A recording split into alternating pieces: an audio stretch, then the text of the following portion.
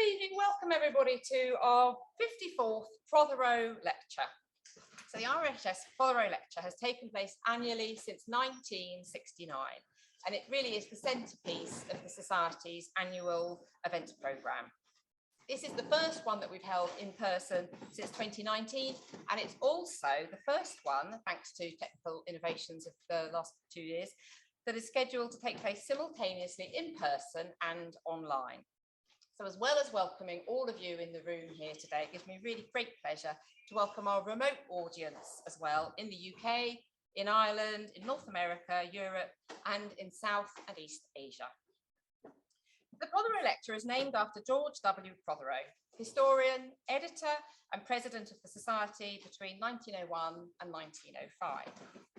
A keen advocate for the professionalisation of historical research, Prothero is widely credited with transforming the RHS in the very same decades that Rohan will be talking about this evening.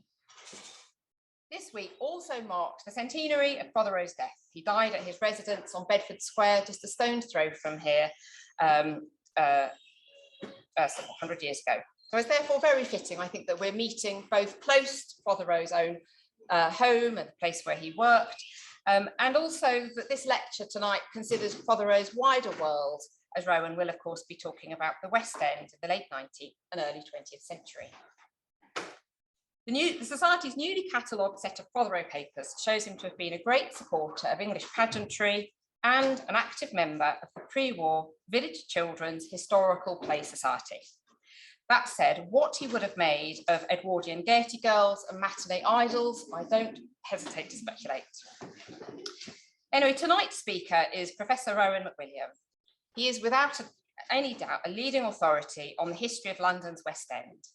Many of you will have known and enjoyed his recent book, London's West End, Creating the Pleasure District 1800 to 1914, which was published by OUP in 2020. Provides a sweeping survey of a small part of central London that has, as he demonstrates, had huge national and global impact. Rohan himself is a professor of modern British history at Anglia Ruskin University, where he has taught since 1993. His earlier books include a 1998 study of popular politics in 19th century England and his account of the tick-borne claimant published in 2008. More recently, he's co-edited New Directions in Social and Cultural History for Bloomsbury. And I think that theme of New Directions is really a feature of Rohan's research. In addition to his books, he's published many articles that have uncovered the historical value of a wide range of subjects that most of us have passed over unconsidered, from penny dreadfuls to Edwardian shopping arcades, electric lighting to Staffordshire's pottery figurines. And what Rohan has a great talent to do is to take the small and to make it speak to much larger, broader historical themes. Rohan, in addition to his historical research, has done numerous acts of service for the profession, including he's a former president of the British Association for Victorian Studies. He is a co-organiser of the Labour History Research Unit at Anglia Ruskin University. He sits on the editorial boards of the London Journal and the Journal of Victorian Culture, as well as on the boards of the London Record Society. For this evening's Prothero Lecture 2022, Rohan takes us to London's West End.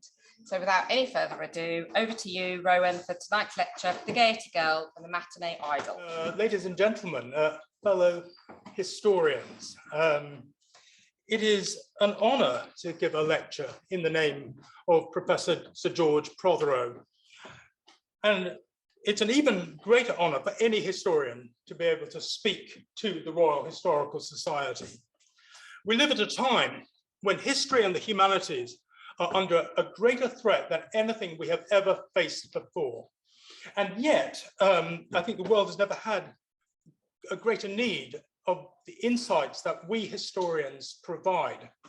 As I always say, history is a declaration of war on the present tense. And therefore, we historians, I think, see beneath the surface of things. But fortunately, the Royal Historical Society has always acted as a custodian of our discipline, encouraging good history and speaking for us to the wider world, and especially in recent years, has encouraged new kinds of history, more inclusive kinds of history, histories that are relevant to our times and that are a challenge to our times. And for that reason, I'm extremely proud to give this lecture. Thank you. The year is 1908. A young boy falls in love for the first time. The object of his adoration is not a person, but a picture postcard that he discovers one morning as he crawls onto his mother's bed while she is opening her letters. The card depicts the actress Lily Elsie, who has shot to fame the previous year by taking the lead role in the London production of Lahar's operetta, The Merry Widow, at Daly's Theatre on Leicester Square. The Merry Widow is produced in London by the charismatic impresario George Edwards, who runs both Daly's and the Gaiety Theatre on the Strand. Both have become major venues for romantic musical theatre. As the boy looks at the postcard of Lily Elsie, I don't think it's this one, he is struck by the way Lily Elsie's cheeks bloom in the tinted postcard with a translucent pink that he realizes is beyond anything that his box of crayons can achieve. He becomes obsessed with the actress, spending his pocket money on more postcards, treasuring images of her at home near Henley, or walking behind a plough in a chiffon dress, evidence that she lives a country life. From detailed study of the play Pictorial and other magazines, he discovers that in the third act of The Merry Widow, Elsie wears Pervenche blue charmeuse, that John Masefield is her favorite author, and Henry VIII, her most loathed historical character. The young boy is the future designer and photographer Cecil Beaton. And it seems that this encounter with Elsie stirred his interest both in images of beauty, but also in photography as a medium. And I don't think it's too fanciful to view his adoration of Elsie as presaging the designs that he produced for My Fair Lady. Beaton's discovery of that postcard of Lily Elsie provides me with my theme this afternoon: the construction of a culture of glamour and celebrity in the West End of London between 1890 and 1914, years when the centre of the metropolis truly embodied the shock of the new. Leisure, of course, we recognise today, is a not insignificant driver of the economy.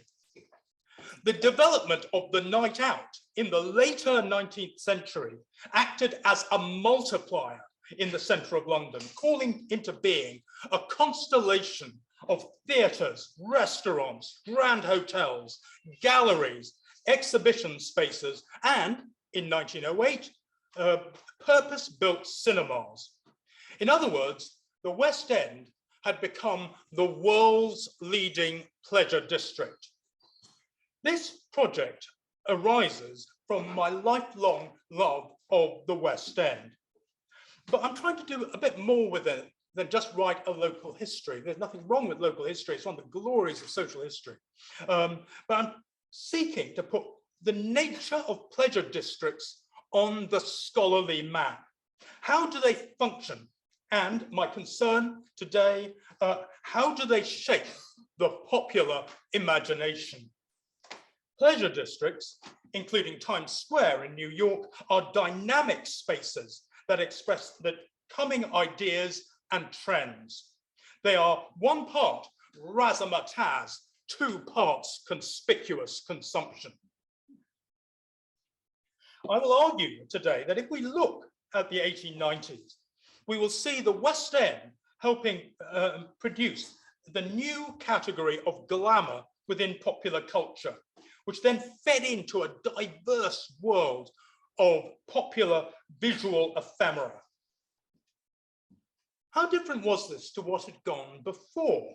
There are undoubted continuities, but the new West End, I argue, had a different sensory and emotional weight to what had gone before, partly because the technology that produced fame had changed and was changing.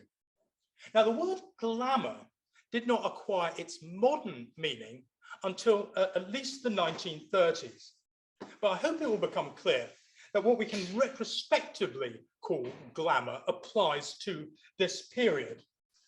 And in a way, I am more concerned with the earlier meaning of glamour, the one that was used throughout the 19th century, which simply meant to cast a spell. Glamour meant sorcery. And we see this in the new focus on beauty, makeup, dress, scent, and another anachronistic term, attitude. I dealt with some of this in my history of the West End of London. But now I want to look more closely at one particular aspect of this process, the role that musical theatre played in constructing this new culture of glamour. The world particularly of Daly's theatre and the Gaiety. Now, I could make a similar argument about other West End locations, but I want to show that there was something distinctive about what went on at these theatres.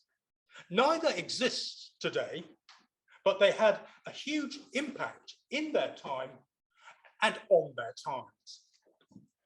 I want to look in depth at two glamorous emblems of this new West End who possessed a distinct allure, the Gaiety girl and the matinee idol. I'm concerned less this afternoon with performance and more with image. I want to explore the kinds of cultural capital that they represented and what they say about contemporary taste. The Gaiety girl and the matinee idol allow me to think more deeply than I was able to do in the book about some aspects of the iconography of the West End and its role in visual and material culture. Here's one example that shows how the West End had become a slightly different environment in the 1890s. This is actually my favorite picture in the book. It depicts the stage door of the Alhambra Theatre, which is now the site of the Odeon Leicester Square. The 1890s was the moment when poster art, rather than text-based playbills, began to adorn the walls of cities and of public transport. I see in this photograph the creation of a new visual culture based upon mass-produced images and the juxtaposition also of different kinds of entertainment that define the pleasure district. Here we have a Gaiety girl playing at Daly's Theatre. You won't be surprised, I'm going to talk a lot about this. Right next door to the famous dramatisation of A Tale of Two Cities, The Only Way, with Martin Harvey. And I think posters are important. It is worth remembering that our relationship with a show often commences with the poster, a necessary prelude to enjoyment. One could argue that this photograph shows art becoming a commodity. Theatre next to, what's it, but an advertisement for Nestlé's milk. Alternatively, these posters can be seen as spaces for the imagination as portals one can step into. In fact, given that they are clear, and that's the stage door, so that gives you a sense of the size of these posters. So you could almost step into these posters. This is a world based upon hyper-stimulation. It speaks to a form of modern life based on spectacle, diversion, and fragmentary experiences. Now, in one sense, this talk is about the West End of London, but in another sense, it isn't. What I'm documenting is really part of a cultural conversation that existed between London and the Folies Bergère in Paris and the Ziegfeld Follies in New York, with theatre in Vienna and Berlin and other metropolitan spaces around the world. And what's more, the kinds of popular theatre I'm going to talk about, of course, were evident elsewhere in the country. And I can see in this room people who are authorities on that very subject. Of course, that's true. Nevertheless, the West End and the kind of theatre it developed, I think, played an important part in this story because London was a world city and an imperial city. With an outsized influence. It became an important claim, for example, by a touring production that it hails from the West End. That's still, of course, the case. This explains why this small area in the centre of London had an imaginative impact on people far from the metropolis, some of whom will feature in this talk. Now, let's start then with the figure of the Gaiety girl, who became an iconic figure in the 1890s, not only on stage, but also in the mass media. She flourished in the new genre of musical comedy that was developed in a range of West End theatres by the impresario George Edwards. If you want to come up with a comparable figure today, then think Cameron Mackintosh. In fact, Edwards's impact, I think, was greater than Mackintosh's impact today, for reasons I will explain. Edwards originally worked as a manager for Richard D'Oyly Carte at the Savoy Theatre, overseeing the spectacular success of the Gilbert and Sullivan operas. He then took over the management of the Gaiety Theatre from John Hollingshead in 1885. The Gaiety was part of a concentration of theatres in the Strand and Covent Garden areas that included the Theatre Royal Covent Garden, the Savoy, the Adelphi, the Vaudeville, the Tivoli, and the Theatre Royal Drury Lane. As my former student, Ailey Innes, has shown, Hollingshead had turned the Gaiety since its opening in 1868 into a major West End venue. It attracted an upscale audience and was associated with burlesque. It was also known for shows in which actresses performed in stockings and figure-hugging clothing, which went down well with a largely male audience. The Edwards management shifted the emphasis in the 1890s into a different direction, abandoning the use of women in skimpy clothing. Thus, if, and I'm going to do this, we discuss the sexuality of the Gaiety girl, it's worth remembering that Edwards's productions were arguably less raunchy than what had gone before.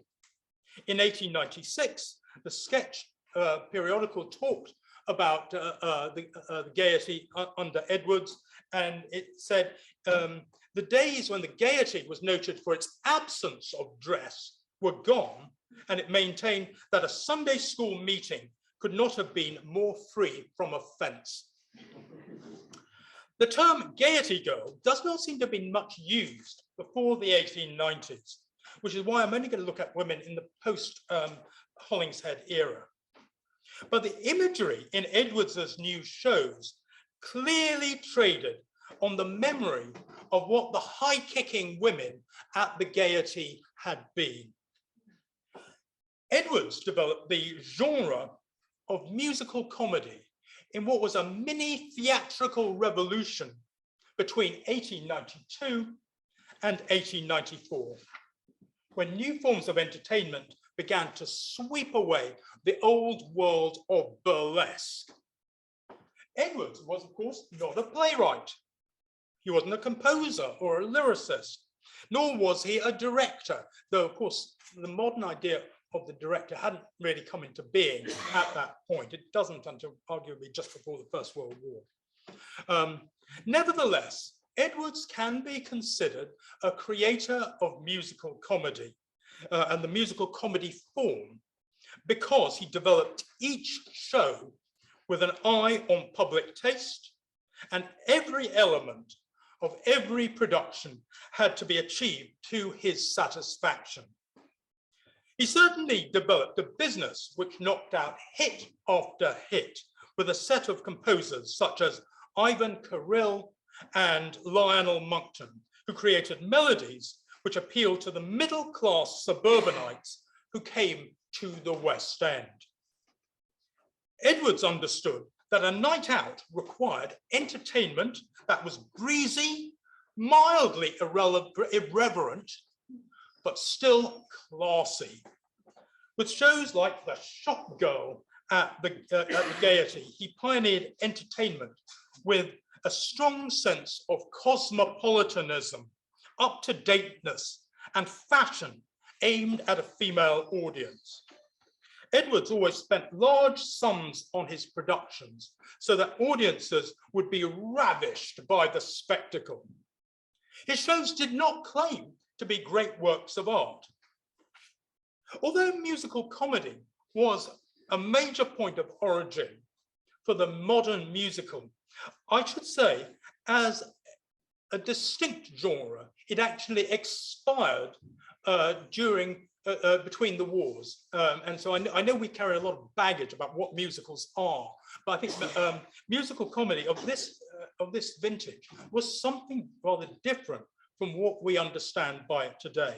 What replaced musical comedy was what the American post-showboat book musical. The idea of the book musical is that the songs are meant to carry the action forward.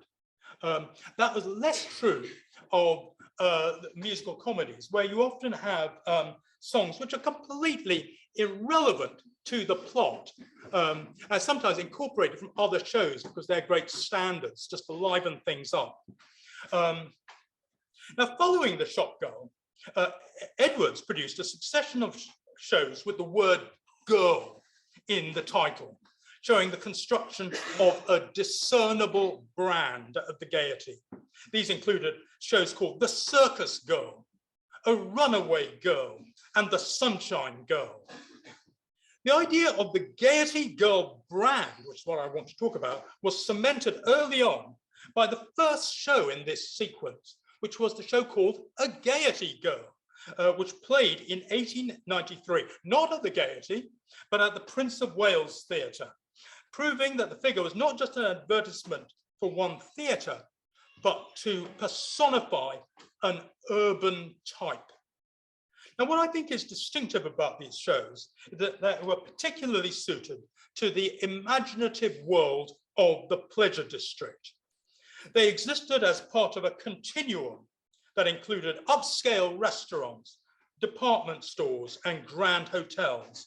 Indeed, some of these musicals actually take place in the West End or have scenes set there.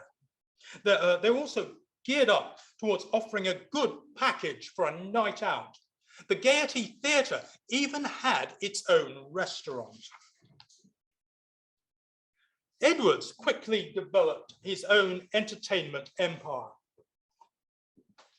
His management portfolio came to include Daly's Theatre in Leicester Square, and the Daly's shows were less irreverent than the Gaiety and more geared up towards romance and the exotic, ultimately leading Edwards to produce operettas like The Merry Widow. He also managed the Adelphi and the Empire Music Hall, where the raunchiness of the ballet as well as the notorious presence of prostitution, led to confrontations with social purity reformers, something that my brilliant colleague, Professor Lucy Bland, has written about. In other words, his productions managed to appeal to high society while sometimes pushing at the boundaries of respectability. As I argue in my book, if you want to understand the cultural mode of the West End, it combines ostentation, monumentalism, and vulgarity.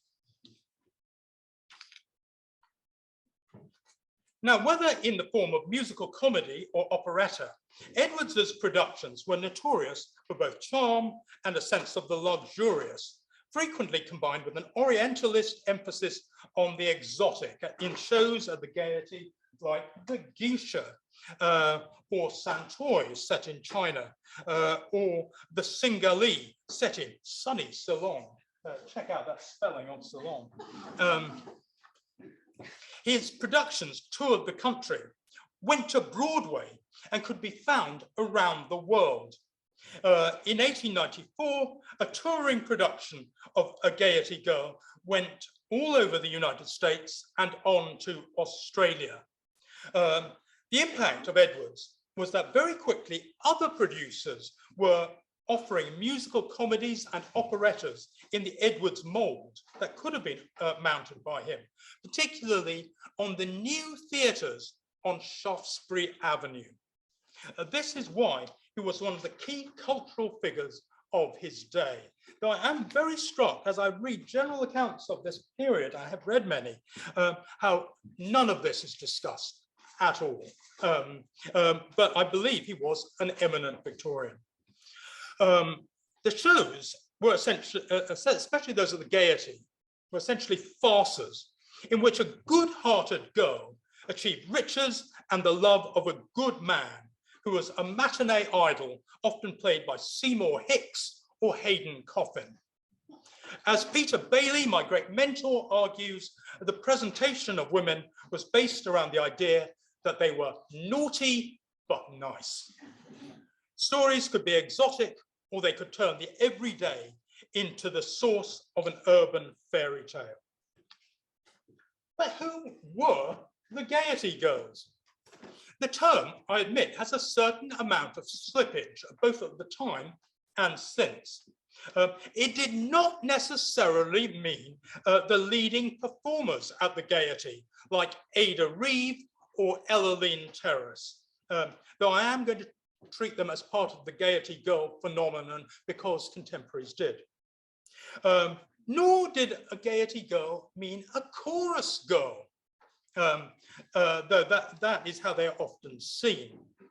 Rather, the term applied to this, if you're going to come up with a strict application of it, it meant a certain group of supporting female players whose purpose was not particularly to act, but to come on stage, to dance, and to look decorative. They embodied a commodified form of femininity that was invented by Edwards and by male writers and composers, and then successfully sold to a female audience. And we can see the Gaiety Girls. Here are the Gaiety Girls in The Shop Girl. Those are the Gaiety Girls in The Runaway Girl.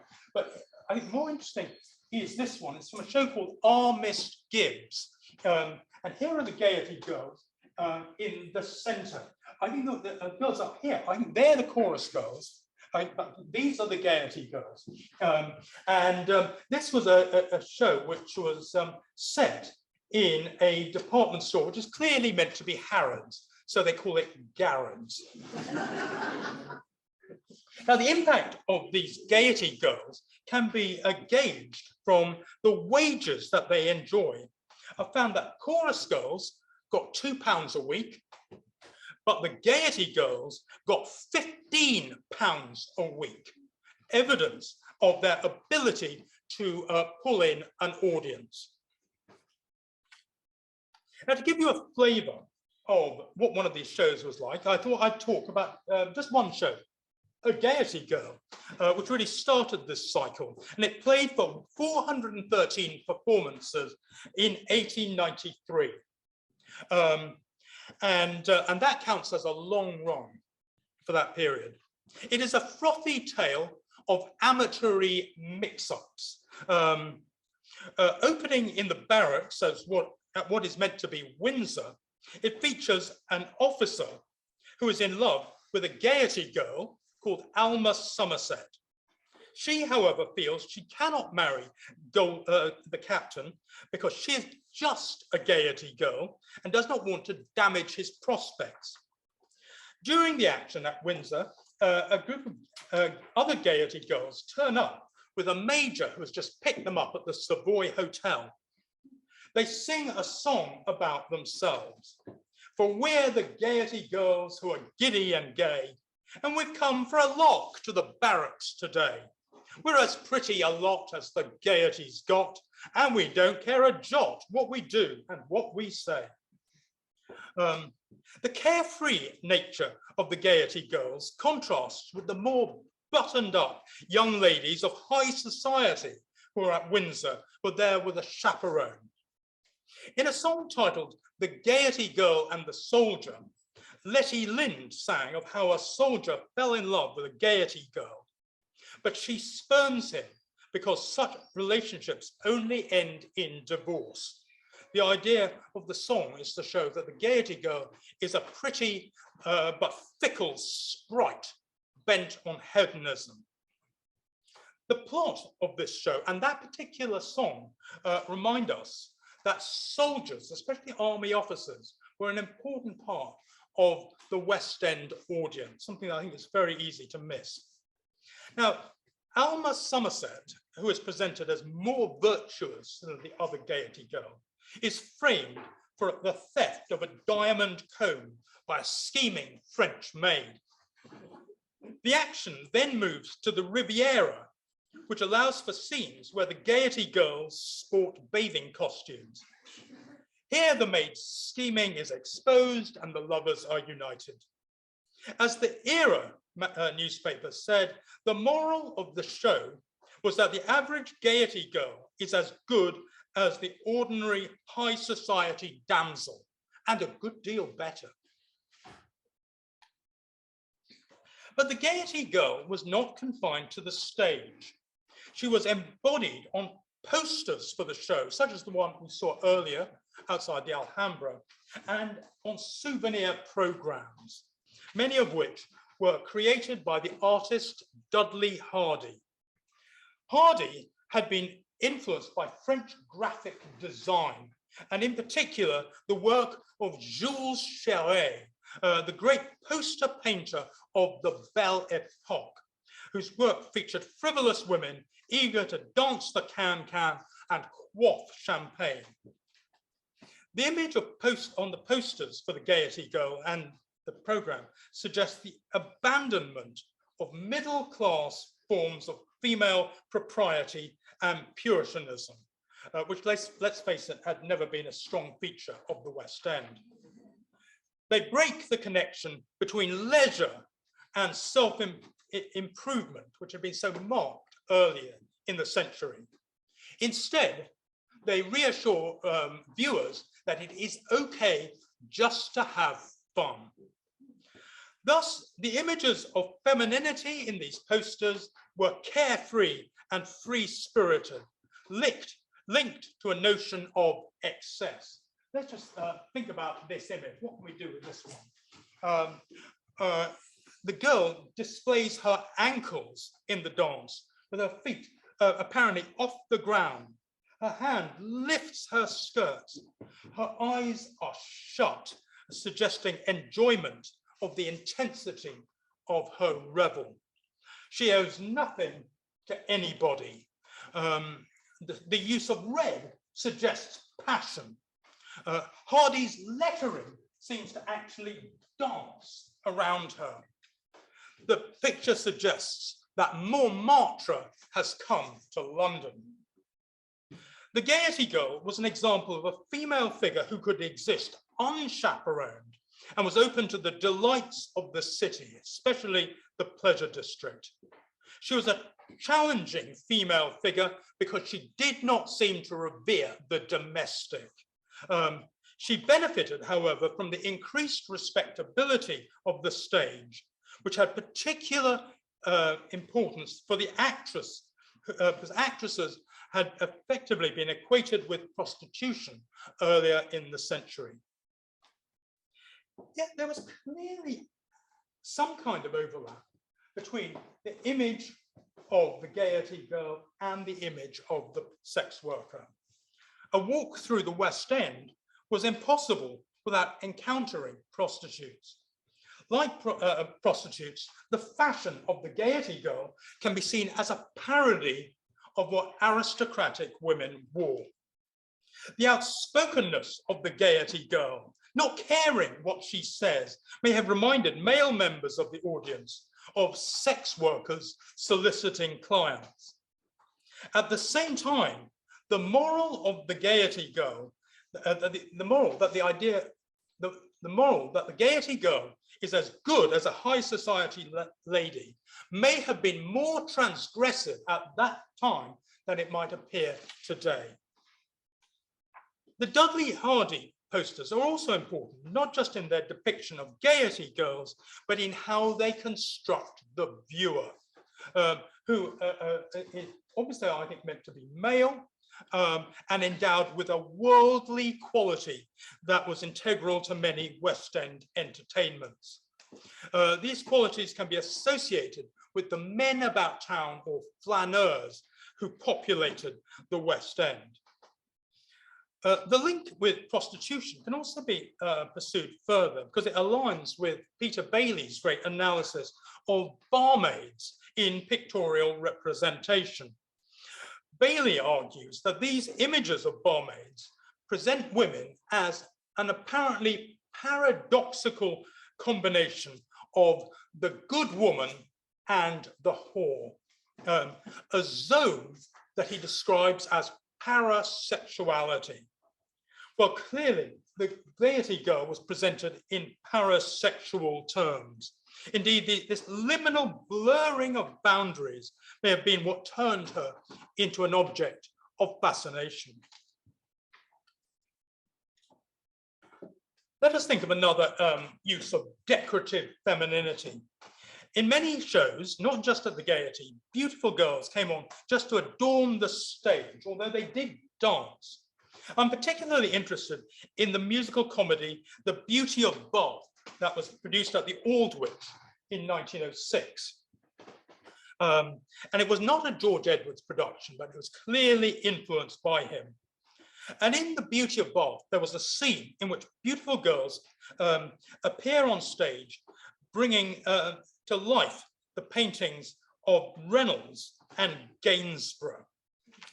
And this was the scene in The Beauty of Bath that many people remembered, the scene where the old master paintings came to life, where the beautiful girls became the girls in the painting. Now, I think we can unpack that as we think about that scene. Unfortunately, I don't have a picture of it. I can't find one. But we can unpack it further. I think this parade in The Beauty of Bath would have been familiar to an audience who were used to pose plastique in music halls, where models recreated works of art. There's a genre that ran all the way through the 19th century of pose plastique. But this use of women in a decorative way echoes other things that I noticed were going on in the West End, because this is the moment when the fashion model was just coming into existence, when the dress designer, Lady Lucy Duff Gordon, who employed the name Lucille, she abandoned the use of mannequins in her dress shop and created the fashion parade at her shop in Hanover Square. So I think there was a continuity between popular theatre and the developing fashion sector. In the 1890s, mannequins or paintings were simply coming to life. And of course, this is the moment when images do start to move with the coming of cinema. So I think they're all part of a continuum. Edwards's female performers were taught acting, dancing, deportment, and even fencing. He even paid for their teeth to be looked after by a London dentist called Forsyth, an acknowledgement that bad British teeth were the opposite of beauty. And the smile was an important part of female appeal. And I'm going to come back to the smile later on. Edwards also allegedly asked talent scouts if an actress they had found was someone that they would want to sleep with. So clearly they were sexualized. And here's an example. There was clearly a mildly risque form of sexuality in some of these shows. This is Gabrielle Ray, one of the most popular and famous of the Gaiety girls. In the 1903 show, The Orchid, which is pictured here, she sang a song in pink pajamas. Those are the pajamas. And one verse went as follows. I'm a pink pajama girl, all pink and rosy. I'm a lovely little lady to adore. If you're a pink pajama girly, you're all righty, and you'll never wear a nightie anymore. In The Lady Dandies at Daly's in 1906, Gabrielle Ray played a high fashion girl in 19th century France. She wore a gown fastened at her thigh, which gave way when she did a high kick, showing off the silk stockings on her legs that she was wearing. 5 years later, in the show Peggy, she would arrive on stage wearing a cape that was soon abandoned to show off her swimsuit. So there was clearly a sexual allure running through musical comedy. Now, the impact of the Gaiety girls was such that we started to get alternative Gaiety girls offered in the West End. In Seymour Hicks's show at the Lyric called The Talk of the Town, we were given the Vaudeville girls. The Dairymaids at the Apollo featured the Sandow girls, who were named after the bodybuilder Eugene Sandow, and they engaged in gymnastic exercises on stage. In the Beauty of Bath, there were the Bung Girls, here they are, with different ladies named after various buns. Hence, I'm not making this up, hence there was Spice Bun, Plum Bun, Iced Bun, and the inevitable Currant Bun.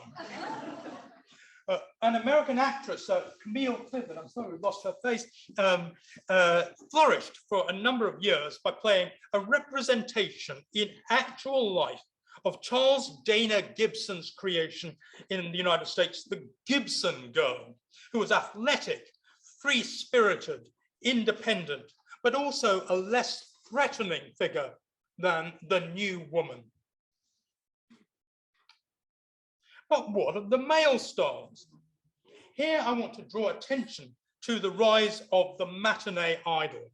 Now, this is an unsatisfactory term, I admit, not least because I'm talking about performances that did not just take place at matinees. However, it does capture an important aspect of the West End.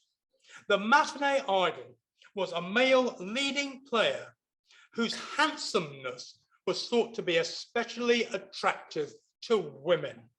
One could argue, in fact, that the term matinee idol was used to infantilize women, portraying them as subject to love sickness and hysteria. Similar language was used about women and shopping at that time.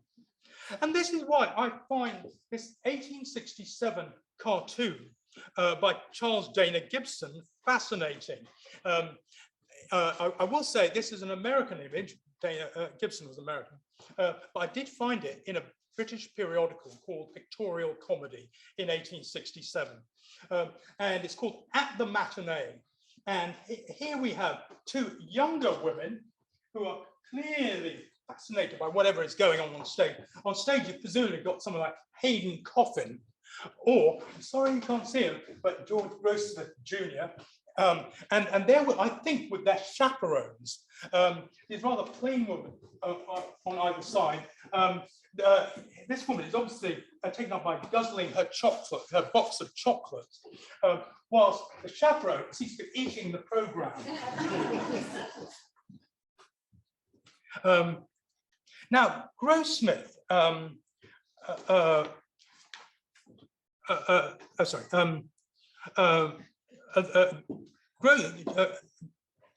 George Grossmith played a figure known as the schoolgirl's dream.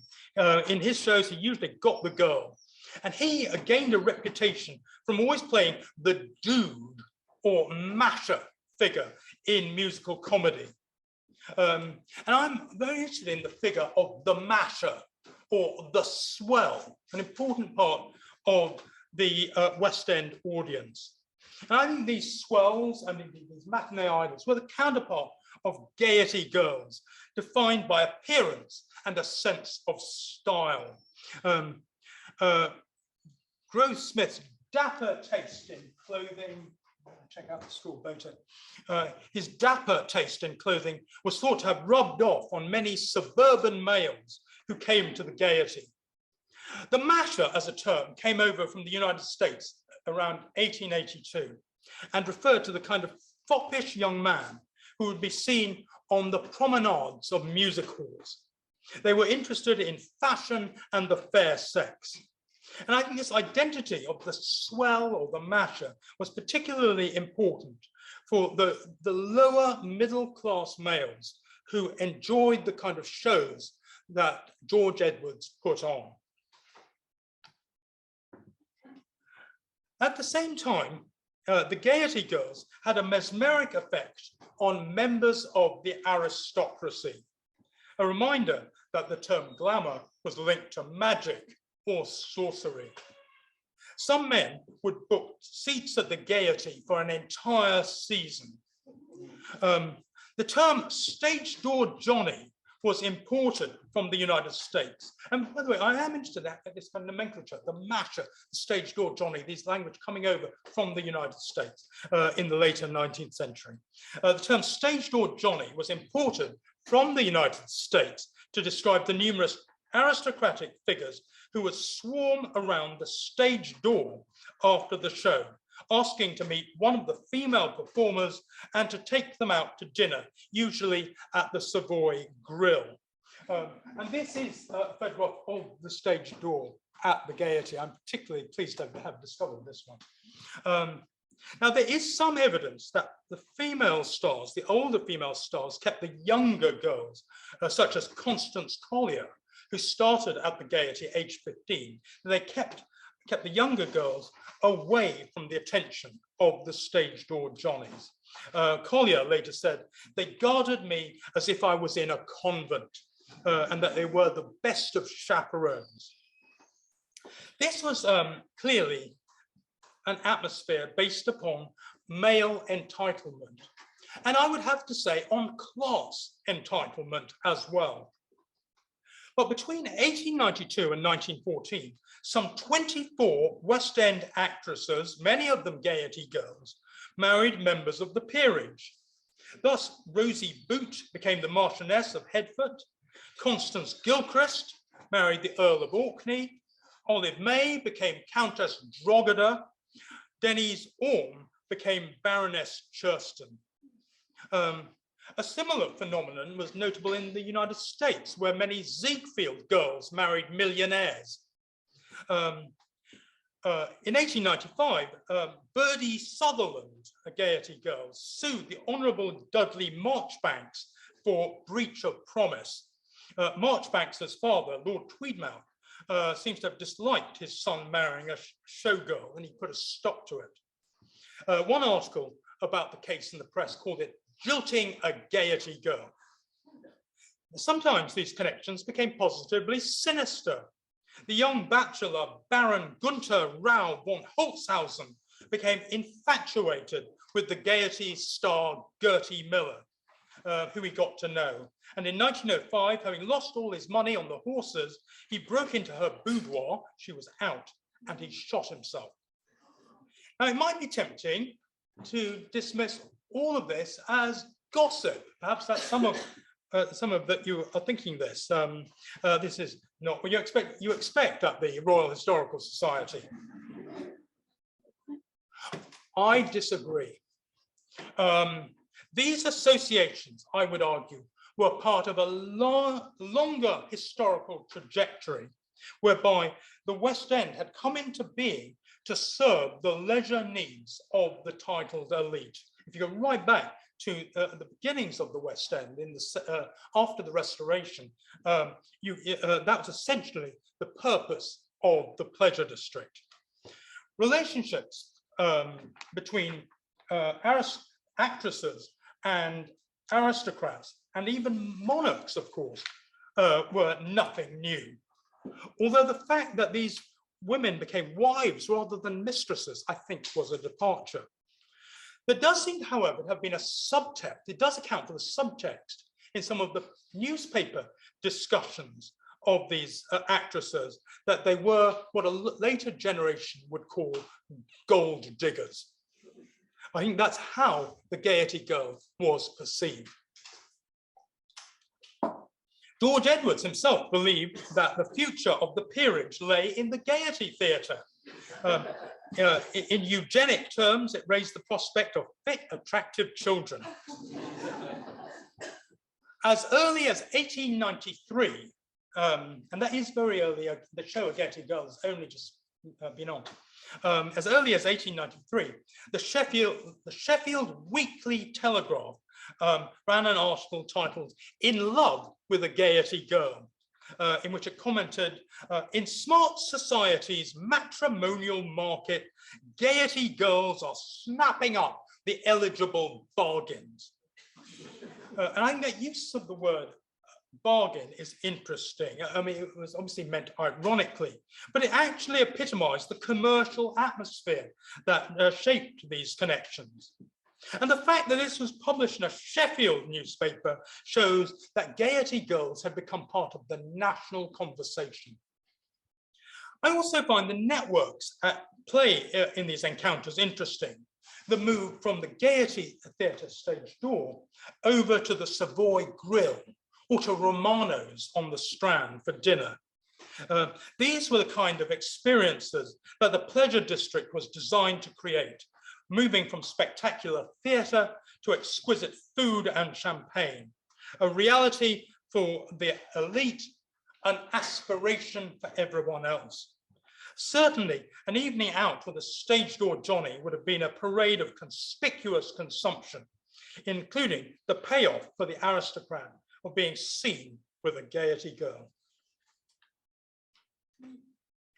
Now, what became distinctive about the cultural work of the West End after about 1890 was the way it came to be supported by a range of mass media.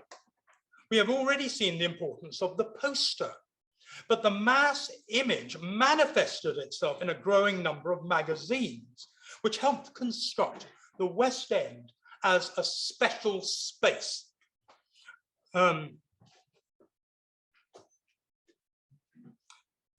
Gertie Miller complained that stars were becoming increasingly accessible to the public. She said she had to spend several hours a day dealing with correspondence, including, of course, requests for signed photographs and inevitably letters asking for help getting on the stage. Now, founded in 1902, the Play Pictorial was one of a number of periodicals that fed this culture of glamour that I'm describing. And the word pictorial in the title was crucial. Most pages were devoted to large pictures of stars, especially female stars. And these pictures could be cut out and kept in scrapbooks. Each monthly issue was devoted to a specific production. And advances in lighting and photography enabled it to take pictures of a production in a theatre rather than in a studio. So it had a kind of authenticity. And the Play Pictorial did not cover touring productions or provincial productions. And so it promoted the West End as the essential site of theatre going. The periodical was clearly aimed at a female audience. This is clear from advertisements in the magazine, which were aimed at female consumers with advertisements about dress shops on Regent Street and that kind of thing. So this made the periodical an aspirational read for women who could not afford to shop there. It also reaffirmed a connection between playgoing and other forms of consumption that was integral to the West End. The play pictorial had a regular feature called Dress at the Play, which looked at female fashions on stage, which were explored in exuberant detail. Thus, in the case of Phyllis Dare in The Girl in the Train, we are told that her dress in the show was provided by a dress shop in Paris. And I think this feature in the play pictorial is almost certainly the one that Cecil Beaton read when he wanted to find out more about Lily Elsie. Theatre became the instigator of glamour and style, and certainly fashion. Take Dodie Smith, who you will know as the creator of 101 Dalmatians.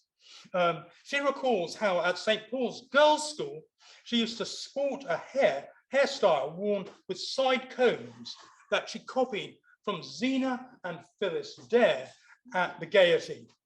And she would also wear a white V-necked blouse of the sort popularized by Lily Elsie.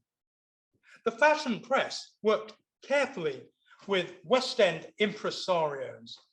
The sartorial style of plays became more important, producing a different way of relating to them. You didn't just go to a play for the plot or the character, you went for the fashion. To put this in perspective, up to the 1880s, it was common for actors and actresses to actually provide their own costumes and to pay for their own costume when they went on stage. Yet in 1911, it was estimated that the dress bill for the principal actresses in a musical comedy in the West End could run to £1,200 during a run, which the management had to pay for. The bill for just the female costumes on the Dollar Princess at Daly's in 1909, the bill ran to £6,000. Lavish costumes were in turn one reason why West End theatres felt they could charge more. And this emphasis on fashion was part of a process whereby West End theatre came to be seen more as the preserve of the middle classes and above, rather than the working classes who had been part of it in the 19th century, if only in the gallery. But there were deeper connections. Fashion and theatre became increasingly interconnected, reflecting the way in which dress was becoming a way of negotiating the strangeness of metropolitan life. The shows reflected new forms of body politics.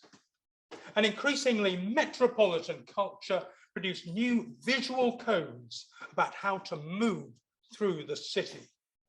It also reflected the fact that women, as we know, in the later 19th century, were becoming more prominent in the public sphere in various ways. As Jessica Clark argues in her important new book, The Business of Beauty, the expanding opportunities for women in the later 19th century made greater demands upon them in terms of appearance. Clothing, hair, makeup, and deportment all became subject to visual codes as women negotiated the challenges of city life. This then fed into the commodification of beauty that both the fashion and cosmetics industries nurtured. I would argue that this is the context in which we should see the rise of musical comedy and the figure of the Gaiety girl. It also reinforced the notion of the West End as a site for display. Appearance clearly mattered, Gertie Miller claimed she received a letter from an admirer that said, "Dear Miss Miller, why on earth don't you always part your hair in the same way?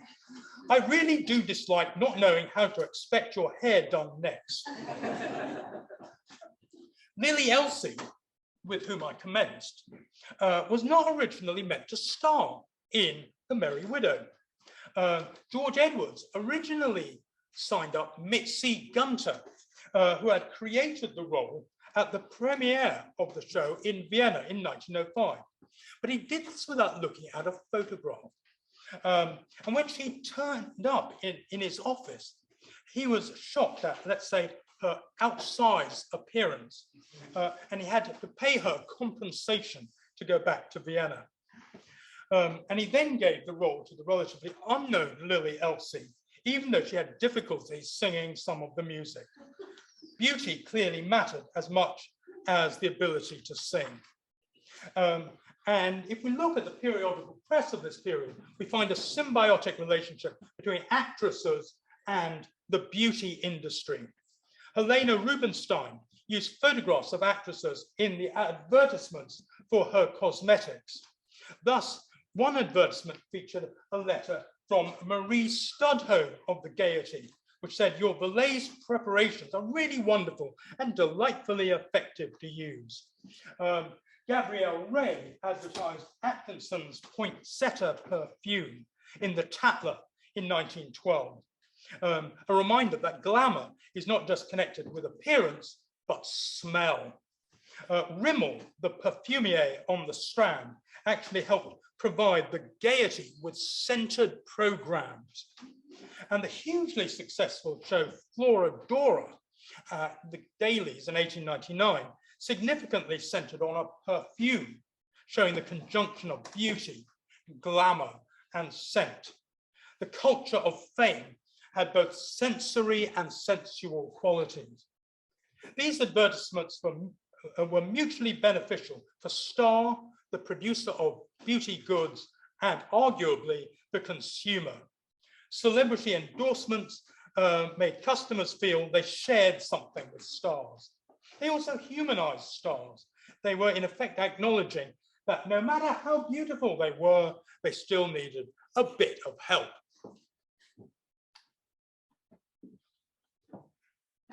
Now, I would also argue that popular theatre was transformed by the development of picture postcards. I've actually left a few out here on the table. These became a major popular form in the 1890s of a sort I'm surprised hadn't really been discussed by historians all that much. Their precursor was, of course, the carte de visite from the 1860s onwards, which were very popular. But not everyone could afford the carte de visite. The postcard, therefore, represented a significant shift. In 1897, the post office permitted postcards to be sent with messages on one side and a picture on the other. And they only required a halfpenny stamp, bringing them in range of a wide public. Postcards themselves could cost a penny, the sepia cards cost twopence, and coloured ones went for threepence.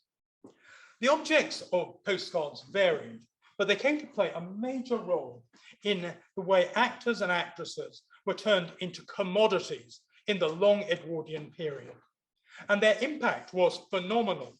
Cecil Beaton had a teacher who managed to amass a collection of no less than 36,000 postcards of actresses. And in fact, this guy actually lent some of them to Cecil Beaton when he was researching the designs for My Fair Lady. Some firms set themselves up as theatrical photographers. The best known of these was run by Frank Folsham, who traded at one point under the name the Stage Photo Company, and he operated from a number of West End addresses, including Old Bond Street. Now, he managed to get a large number of the Gaiety girls under contract, including Marie Studholme, Gabrielle Ray, Gladys Cooper, Isabel J., Ellaline Terrace, and the Dare sisters. Their images became ubiquitous in the years before the Great War. Marie Studholme, who played the lead role in A Gaiety Girl, got reputedly £200 a week and was thought to have been the most photographed actress in Britain. The poses and settings for these pictures were mostly generic, but they offered the opportunity to show actresses modeling hats or new fashions with flowers never very far away. Marie Studholme was shown in one picture getting into a cab or a carriage, which rendered a pleasing touch of the everyday, while Gertie Miller on the right posed on the slightly infantilizing image of a swing. In fact, there's a whole genre of girl on a swing pictures. These pictures were often not of the performer in a particular role, thus creating a divorce with what happened on stage. It was enough for a performer to just retain an iconic power of their own. But I think we should see these pictures as performances in their own right, if only the performance of a certain kind of femininity. Usually an unthreatening femininity. By contrast, we have these pictures of Gabrielle Ray. And images of Gabrielle Ray seem to have oscillated between images of innocence and those which suggested a kind of bad girl's sexuality, including, you can't see it very well, but images of her smoking. These images could therefore employ a kind of a deadly female sexuality, which built on earlier notions of the femme fatale. For the most part, celebrity postcards offer a kind of cheesecake aesthetic, characterized by the lively smile and bright colors, although shaped by the also by the objectification of the female face and body. Women were positioned as ideals, sweethearts, while men were presented as good husband material. On the other hand, I'm slightly intrigued by this image of Gertie Miller posing with some, well, probably chimney sweeps or grubby street urchins anyway. The dirt on the urchins' faces sets off her beauty, but it's at the same time, by consorting with these boys, it says something about her good-hearted character, I think. I also think this image trades on traditional notions of social caricature, which had been used to make sense of differences in the city, in metropolitan spaces. Such an image would not have been unfamiliar to Henry Mayhew or indeed Dickens. But that tradition of caricature certainly goes back to the early 19th century or indeed into the 18th century. It was itself dependent on poses and gestures that were derived from the stage. Some pictures alerted fans to the domestic lives of their favourites. Here we have husband and wife, Ellaline Terrace and Seymour Hicks with their baby Betty. These images may have generated a feeling of closeness for fans, and they do represent, I think, something new in the celebrity culture of the period, giving fans access not just to a performance or to an image, but also to the domestic lives of the adored figures. Sometimes there would be images that suggested the kind of vigor expected of matinee idols, as you get in this picture of Seymour Hicks. Working on a collection of over 100 postcards that I have assembled from diverse sources allows me to say something about how and why these cards were purchased. Some people did not comment on the card at all, which suggests the cards were meant to speak for themselves and were just intended as simple images of beauty. In some cases, it is evident that the parties had seen a particular performer on stage and wanted to send a postcard as a memento of the event. The cards were also part of a culture of collecting, with the possibility that these would be assembled then in scrapbooks. I know this from some of the comments. A card from Dorothy contains the information that she mainly collects pictures of Marie Studholme. Another says, Marie Studholme is my favorite actress. The message on one card showing Marie Studholme is sent to a Miss Hill in Stoke Newington. And it says, I hope, dear, you have not got this one in your collection.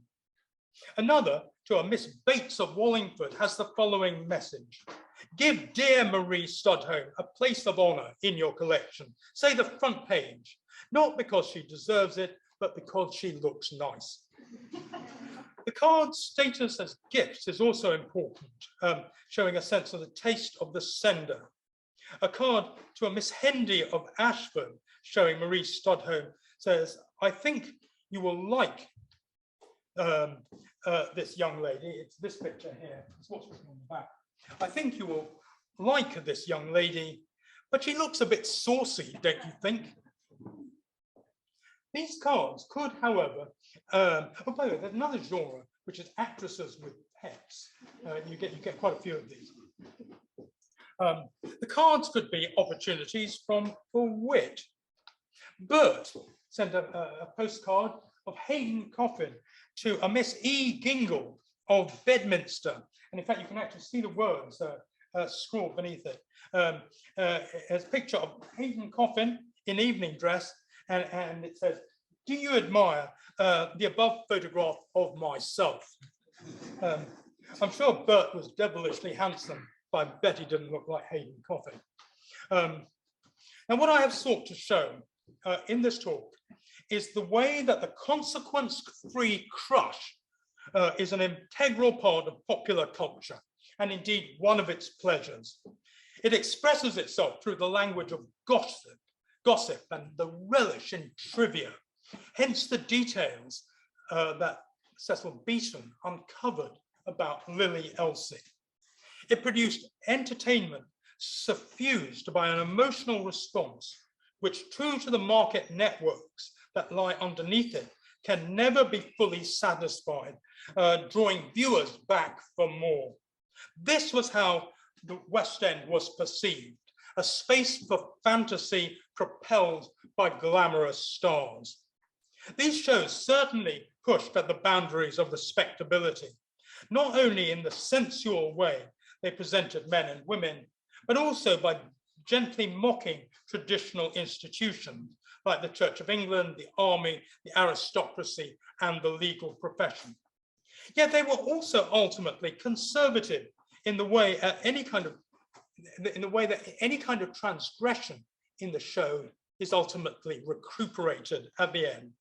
The Gaiety girl gets the boy at the end of the show, and marriage ensues.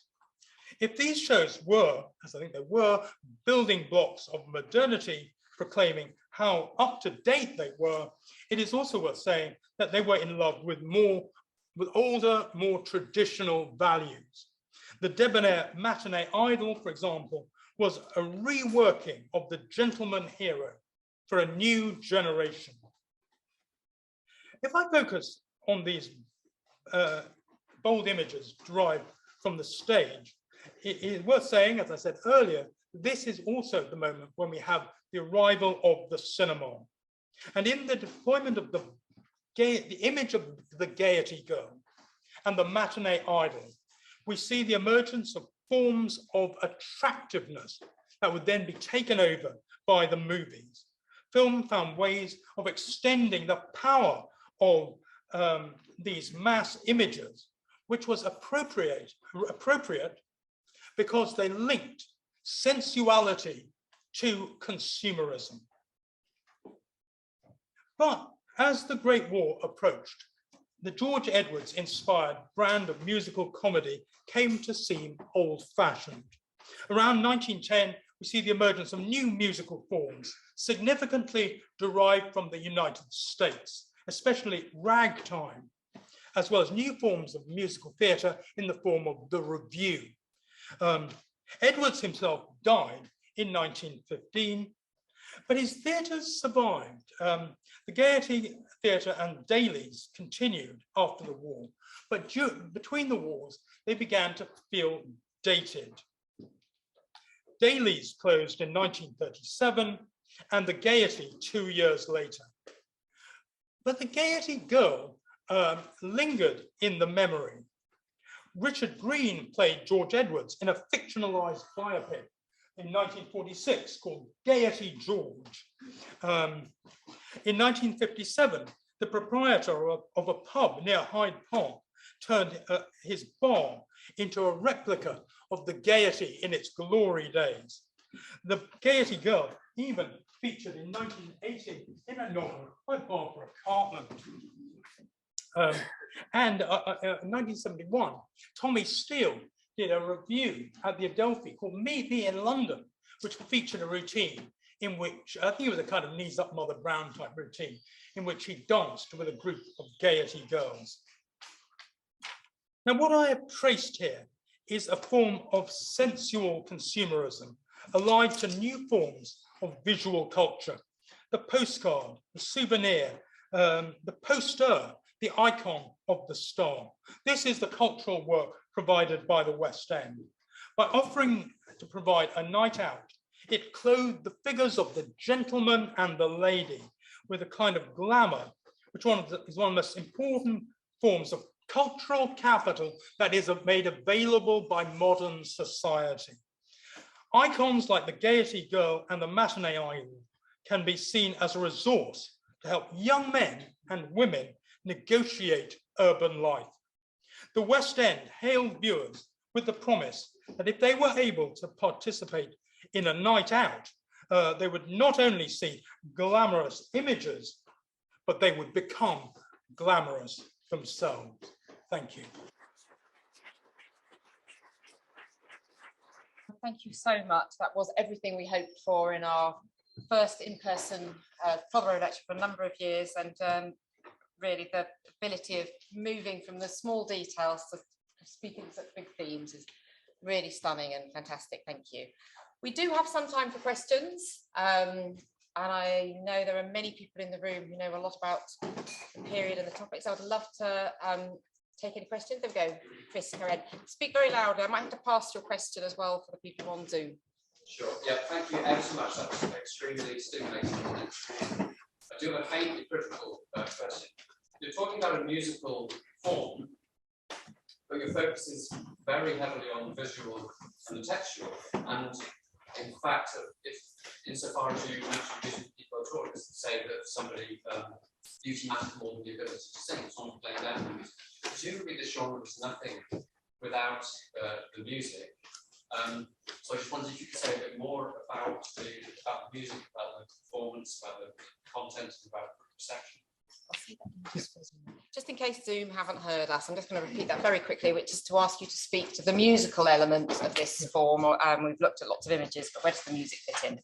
Yes, I know. I completely agree. I think the music element to it is extremely important, not least because I think one of the things about popular song is that it makes its way into the imagination in a very particular way. So much so that I think the popular memory of the past is to a large extent structured by popular music. And certainly for that generation, it went through the 1890s and the early 20th century. When they thought about this period, they would often think about music from the Merry Widow, or they would think about songs like Queen of My Heart from Dorothy, or other songs like that, which I think created a sense of longing in that music, which kept coming people back, kept bringing people back for more. In the show, A Gaiety Girl, Hayden Coffin, playing a captain, sang a song, a patriotic song called Tommy Atkins. And one of the great things about reviews at that time, they review the opening night, and they actually tell you which songs get an encore. So that tells you something. And Tommy Atkins, went down really well with the audience in 1893. And as I said, soldiers, of course, a very important part of that audience. So I think I think music is important, singing is important, and dance, I think, as well. It's the way those Gaiety girls move. I wish we had access to that. But I think that was that would have been an important part of the event. So yes, I quite agree. You can't have musicals without music. And there at the back. Rohan, you mentioned about how Gaiety girls are used in advertising. Are they also used in developing and promoting department stores, West End shopping, the rest of what life for West End? Absolutely. In fact, for example, Harry Gordon Selfridge drew on Gaiety girls or stars like Gabby DeLees to come and take part in events in department stores, or to promote department stores as consumers. Yeah, and advertise, take part in advertisements as well. So Constance Collier talks about this in her autobiography, the way that for a while when she was a Gaiety girl, she was constantly being asked both by beauticians, but also shopkeepers to associate themselves with shop openings and those kinds of events. So again, I think there was a really interesting conjunction between what was happening on the stage and the mass market in the West End. I think what the West End does is offers that, and I think this is what pleasure districts do. They offer that very interesting intersection between those two worlds. That's what's really important. You could come up with a similar portrait for New York or Paris, and no doubt other places as well. I see, I'm using a sea of hands, so I'll do my best to get a few more questions. I was thinking about the role of use in this construction of the Gaiety girl, because you said that there was one who started at 15, who was chaperone, and I was wondering, was there an upper age limit, so to say, and was it possible for an actress who started as a Gaiety girl to kind of graduate to other kind of female ideals professionally as an actress? Thank you. Yeah, in fact, Constance Collier is a case in point. She started in the chorus at the Gaiety. She went on to become a kind of fully fledged Gaiety girl. She then went on to take leading roles. She then went on to become a not inconsiderable classical actress. She played Cleopatra opposite Herbert Beerbohm-Tree's Mark Antony. So it was possible to progress and go into other kinds of theatre, or indeed to sort of work your way up through the pecking order in the musical shows. In terms of the kind of age, it is true that women, and nobody will be surprised to hear this, do age out after about 35. Interestingly, I didn't have time to, this is a cut down version of my earlier paper. I did quite a lot of work on the matinee idol, and I looked in 1905 at, I did a profile of matinee idols, male matinee idol, and I looked at how old they were. And the youngest one in 1905 was 42. Okay, in fact, the age of the teenage heartthrob had not arrived. I find that very interesting. This is probably more interesting to us post the 1950s and the construction of the teenager. Probably, it feels different to us. I think I mentioned the way those matinee idols would have been read in a slightly different kind of way.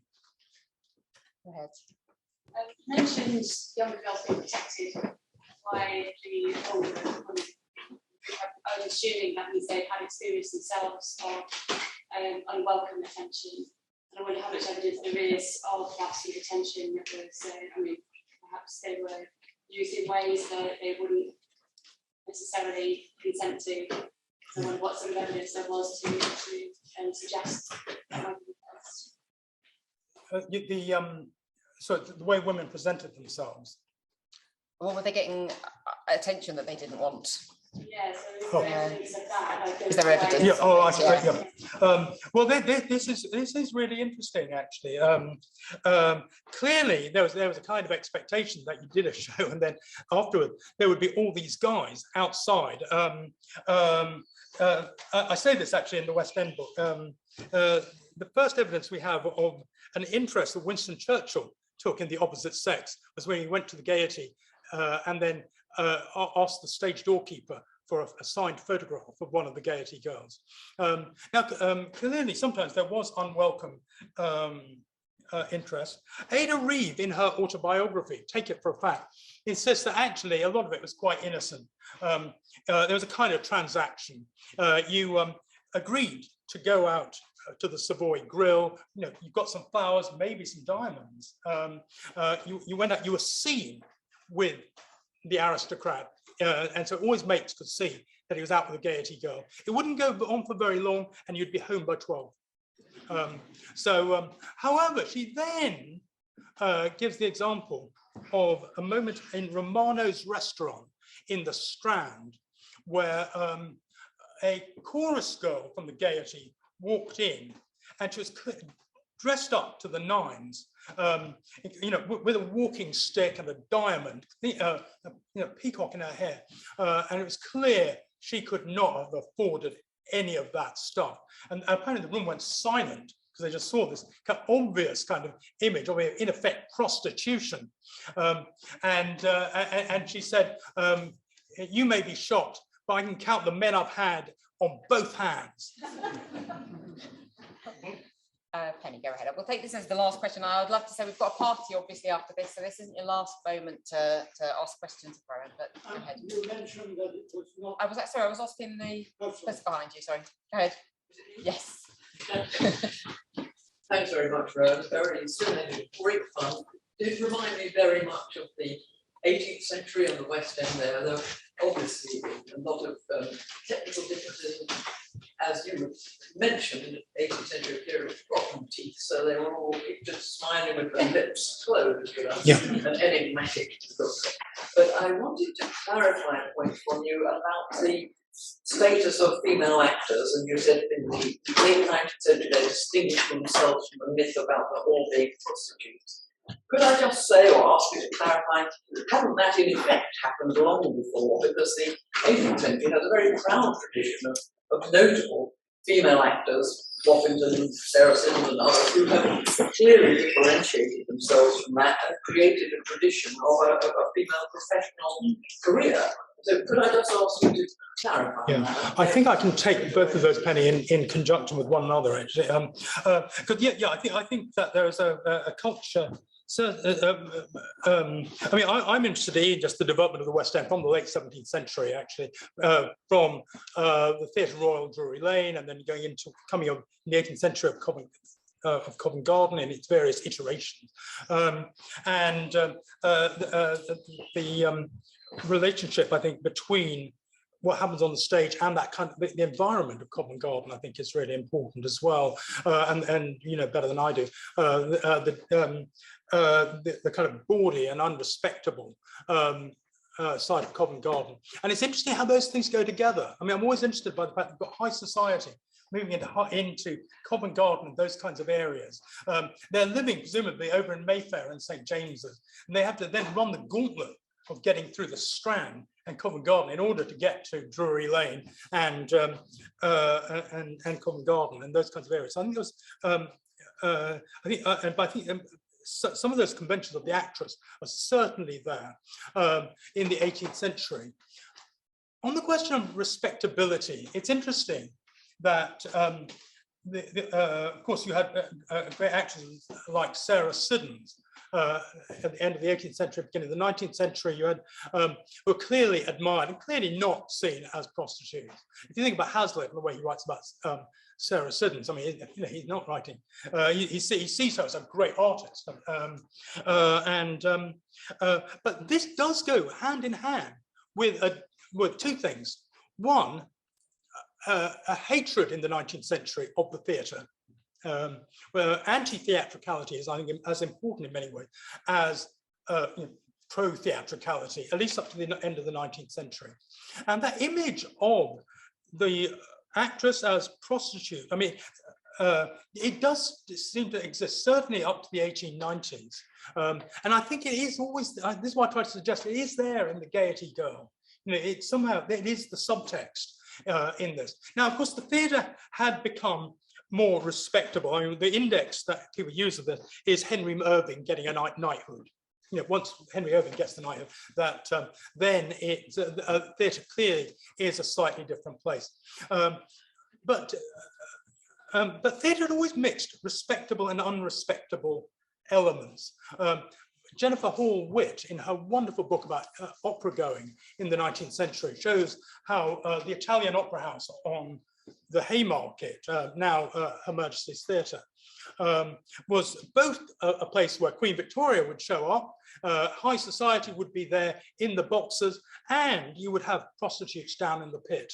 And I suppose the one difference is that whilst you've got prostitutes, of course, in music hall, you had, by the end of the 19th century, that kind of element didn't, I think, exist in West End theatres. Rohan, thank you very much indeed. I think clearly so many of you have still got questions to ask. I'm sorry I can't get around to all of the questions. I think there are more coming in on Zoom as well, but it's a bit of a cliche, but I really think it is a testimony to the fact that you've said some very, very interesting things that got our imaginations and our brains whirring, that we want to put so many questions to you. Rohan, I'd like to thank you very much indeed. I'm sure everybody else will want to join me.